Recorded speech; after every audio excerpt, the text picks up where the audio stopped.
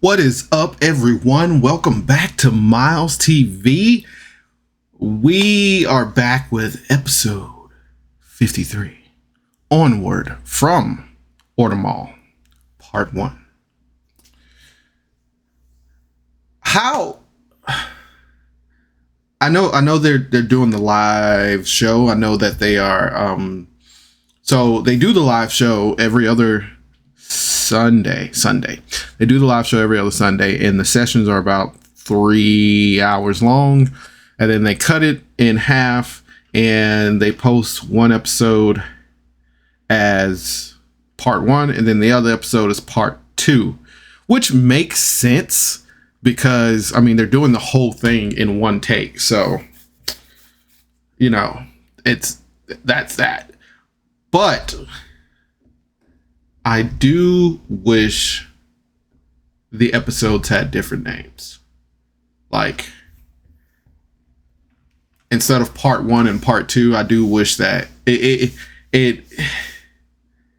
I feel like a part 1 and a part 2 gives more of a like season finale or like a climax that's happening. So it's just like, I don't know how to explain it. But I do wish that there was more of a like name change there instead of part 1 and part 2. But anyway, episode 53, Onward from Ortamall, part 1. We're back on the live show. This is they are doing their live show. As I said before, Cody is doing the recap this time, not Austin. So I guess that was just kind of like a special thing. Welcome to our new live show. And just because Cody says this is the real Ravenel doesn't mean I trust him or that Ravenel. So no, I don't trust it. Atreides, Ravenel, Pickles, and Ambrose head towards the camp to see Ferric and Adalia. Ambrose decides to run ahead and meet up with the group first and explain the situation, which is real smart of him. But you see in the last episode that Adalia and Ferric kind of figure it out. They remember they left Isaac Boussaint, and Ambrose, Ferric, and Adalia was like, man, we probably got to go back for him. Like, you know, we can't just leave him. Pickles walks up with the group and she calls Atreides Pops. I don't know if this was cute or funny, but I was just like, I don't know. It was a range of emotions. I was like, oh, she thinks that's her dad. But knowing Nathan, knowing is a strong word, but knowing Nathan, knowing Cody, I wouldn't be surprised if, like, I'm about to say season, but later on, Atreides was like, yeah, I used to be like a leader of a cartel, but I was done with that life. And he turns out to be her dad or something. That would be hilarious. Things are tense with Ravenel, the real Ravenel here. Everybody's kind of on edge.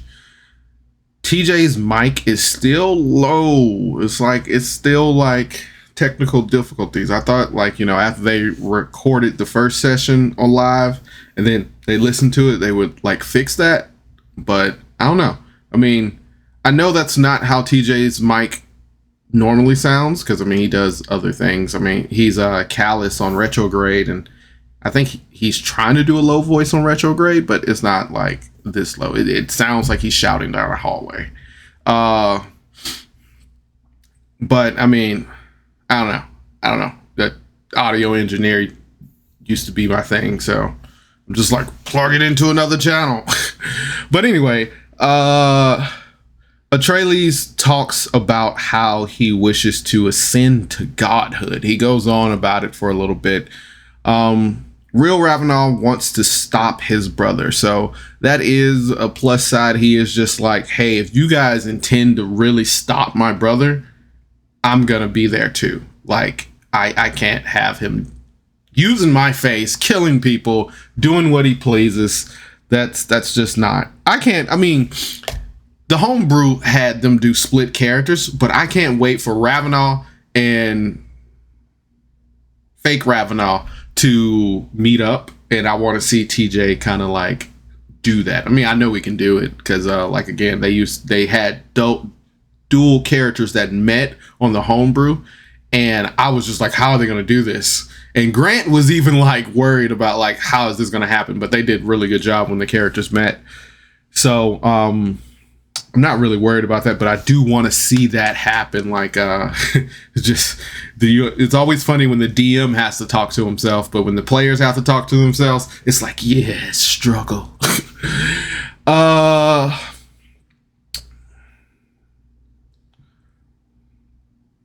They all take a break and break bread together. Atreides has this idea of just like, hey, let's break bread together. He just has bread. I guess he, in his gears pack, he knew it was, I don't know. He just has bread. But they decide to eat together and break bread together. Atreides tells his story. Basically, Atreides was like, I'm done working. I'm tired of working for the man. I'm tired of just this life. I don't want to grow old and die. So I've just decided that I want to be in charge, and the best way to be in charge is to be a god. That's basically his story, and I respect it because I'm tired of working. I'm tired of working, and I fear getting old and dying. So I'm right there with you, Atreides. They sit down and talk for a while, and Ravenel marks himself for the people that his brother has killed. So, what is up with this campaign and people?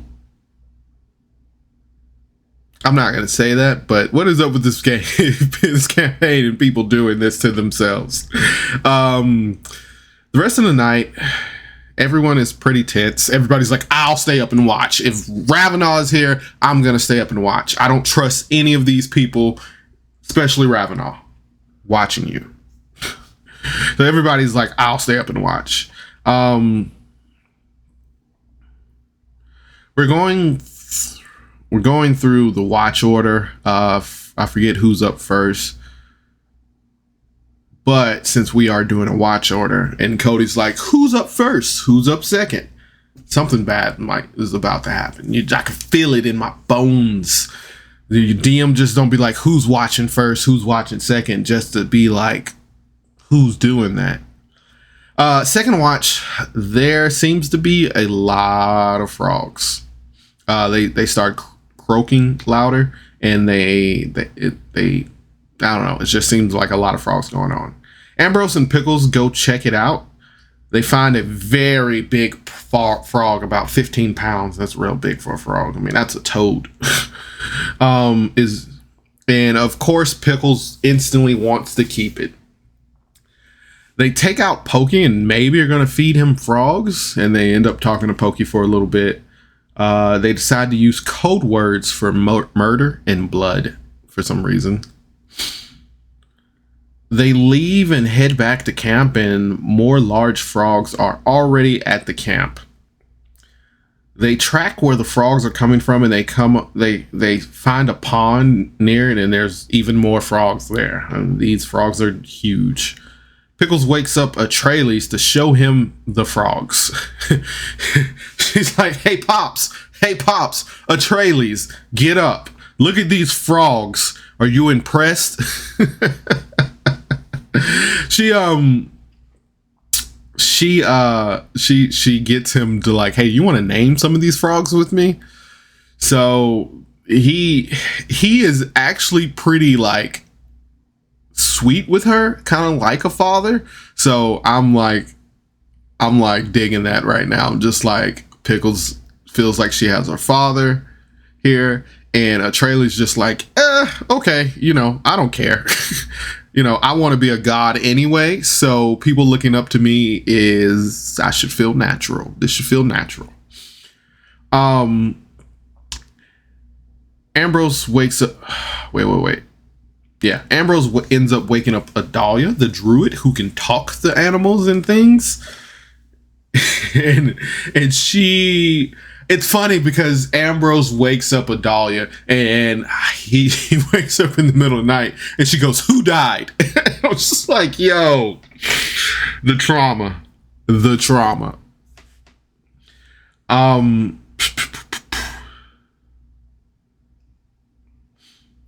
More frogs end up coming. Adalia ends up talking to them, finds out they are just hungry, and Adalia casts Mold Earth to get bugs to like, she reforms the earth to have like bugs around, and the frogs start feeding from there. And then DM weakness overload. The DM number one weakness. She asks the frog, "What is your name?" And somebody said a joke of like frog name generator or something. I was like, "Oh man, write that down because I'm gonna need that." The frogs were born about 2 weeks ago, and they're already this big. That's suspicious and should have instantly thrown up red flags, but no red flags were thrown just yet. They found out that someone was taking care of them, and they stopped coming. Not sure. I don't remember how long ago they said they stopped coming, but apparently the frogs are like, they stopped coming. So we started searching for food. They start to hear something in the foreground, and then they see a shadowy figure, and then Ambrose pulls out a crossbow, and it's a guy carrying a bucket. He trips, he raises his hands. It's the frog guy. He's like, "Yeah, I feed these frogs.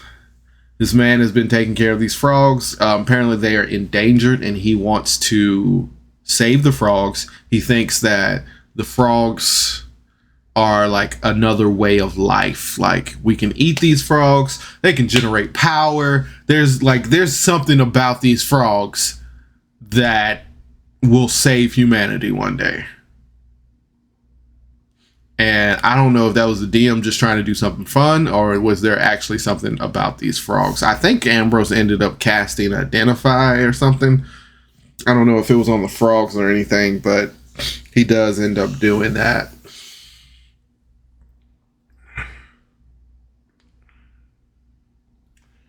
Ferric, the man tells the group that people have been eating these frogs to extinction. But he doesn't even know if these frogs only exist here. He's just like, "These frogs are dying. I need to save them." But people have been eating them. Apparently they're really delicious. And Ferric takes out a notebook and is like, "What do people usually cook these frogs with?" And Natalia's like, "No, Ferric." They give the frogman some ideas about where to relocate these frogs and what to do with them, and send him on his way to go do his job. They try to figure out what to do next about Ambrose's dad being messed up, where to go next, or what to move on to. They end up scrying on Isaac Boussaint, and they see him being taken care of. It's like very well taken care of. So I guess that like put some minds to ease. But let's go back to these frogs that got... Frogs don't... From tadpoles to frogs, they don't gain 15 pounds in 2 weeks. What?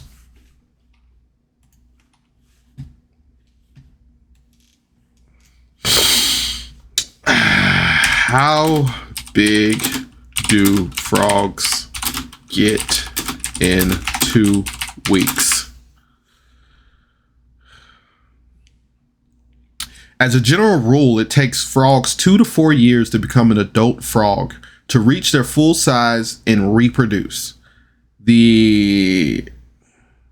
How fast can frogs grow? Most tadpoles in North America, but this is a magic world, so take that into account before I continue.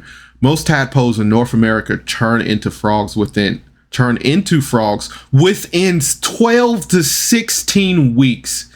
Exactly when they transform depends on a few factors, including species and temperature. Some frog species develop more slowly than others. In fact, it can take a tadpole up to 8 months to turn it into a fully grown frog.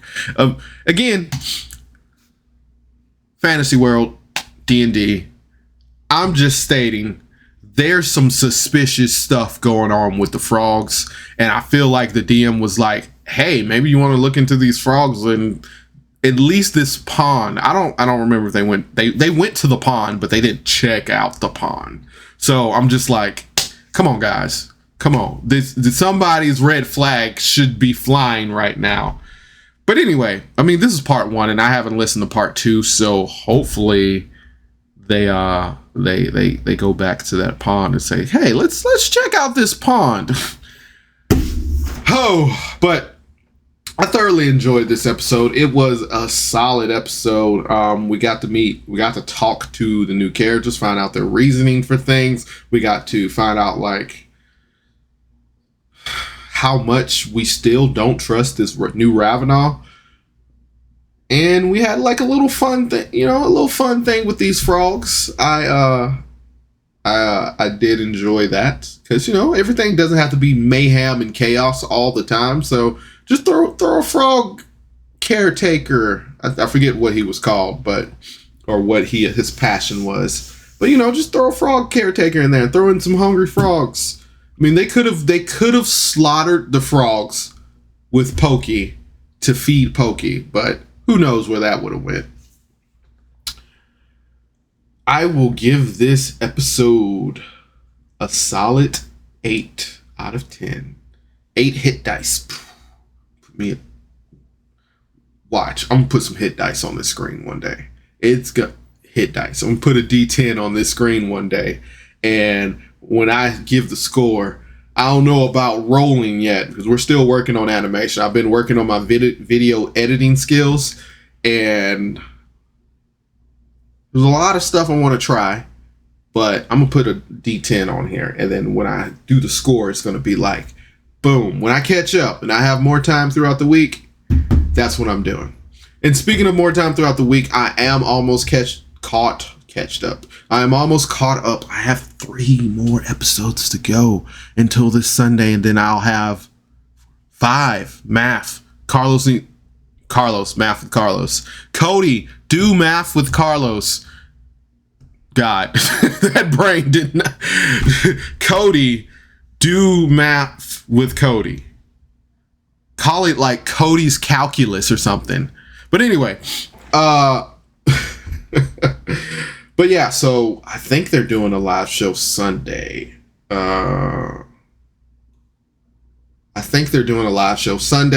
So then I'll be 5 episodes behind, but 5 days in the week. So next Friday, I should be caught up as long as nothing goes horribly wrong and I have to take a day off or anything. But part 2 will come out Monday. I'm not going to do anything over the weekend since I'm so close. And it seems like it will work out for everything to fall on Friday. So we should be good then. As always, guys, I guess I'm not going to procrastinate it any longer. I appreciate you guys tuning in and checking out Miles TV. Leave a comment. Tell me how you liking the show. That's all I got, man. Thanks for tuning in. And remember, as always, you are loved, you matter, and you're important. I do mean that from the bottom of my heart for everybody who is watching. Thanks for tuning in. Bye.